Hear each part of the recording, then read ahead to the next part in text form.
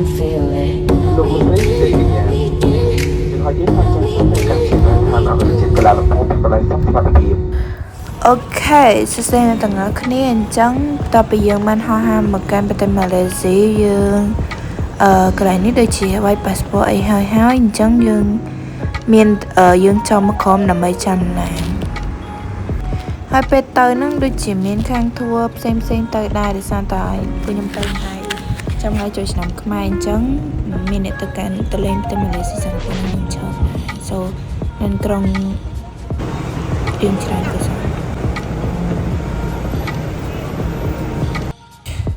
សោះបន្ទាប់ពីយើងបានឡើងឡានហើយដោយសារពួកខ្ញុំត្រូវទៅញ៉ាំអីសិនមិនតបមកបានយើងទៅលេងតបមកបានយើងទៅគេងនៅទីក្រុងជូហូបារ៉ុននៃប្រទេសម៉ាឡេស៊ីហើយពេលជិះទៅកន្លែងញ៉ាំអី around 30នាទីអីហ្នឹងដល់ហើយអញ្ចឹងការធ្វើដំណើររបស់យើងគឺយើងចាយពី1165មកដល់កន្លែងនេះគឺជាដល់កន្លែងយើងញ៉ាំអីហើយថ្ងៃហ្នឹងពួកខ្ញុំញ៉ាំលក្ខណៈបែបម្ហូបចិនម្ហូបបួសចិននៅម៉ាឡេតែម្ហូបបួសនៅម្ដុំហ្នឹងវាដូចនៅទីក្រុងនៅតាមជនបទនៃប្រទេសម៉ាឡេអញ្ចឹងណាគេហៅថាម្ចាស់ទឹកម្ចាស់ដីឬក៏ជាជនជាតិដើមកំណើតជនជាតិសិង្ហបុរីហ្មងអត់មានទេបាទគឺចិនសិង្ហបុរីបាទមកដូចនៅក្នុងប្រទេសអេទីបាទហើយទៅបានដូចនៅនឹងរហូតទៅបាទក៏បង្កើតបានទៅជាទឹកដីកោះទឹកដីរដ្ឋមួយបាទទឹកជនជាតិចិនទាំងអស់បាទចឹងគឺច្រើនបាទម៉ាឡេក៏មានចិត្តម៉ាឡេជនជាតិដើមម៉ាឡេមុតពីនោះក៏មានដែរបាទចឹងគឺដល់ពេលច្រើនពេកពួកគាត់បាទចាប់ដើមមានការជំនុំជម្រះវិញណាស់ដឹកនាំបាទនៅក្នុងឆ្នាំ1960បាទ65បានប្រកាសឯករាជ្យផ្នែកខ្លួនចេញពីម៉ាឡេបាទតែជោគជ័យណាបាទដឹកនាំដោយលោកបេដាសាប់ដឹកលោកលីខាងយូនឹងឯងបាទ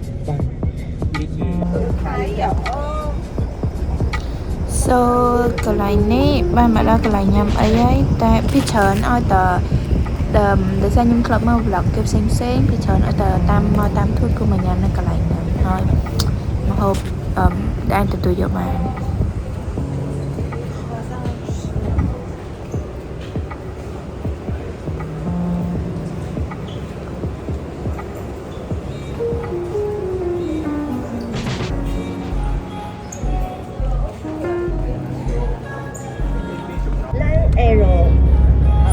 បន្ទាប់ពីញ៉ាំអីហើយគឺយើងបានឡើងឡានវិញជា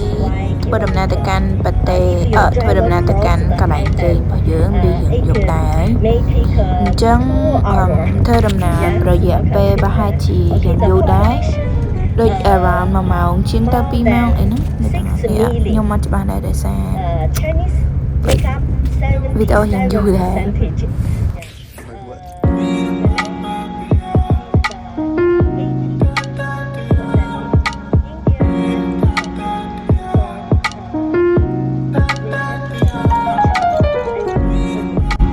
ទៅពីញ៉ាំបាយហើយគឺនេះកន្លែងគេមកខ្ញុំហើយ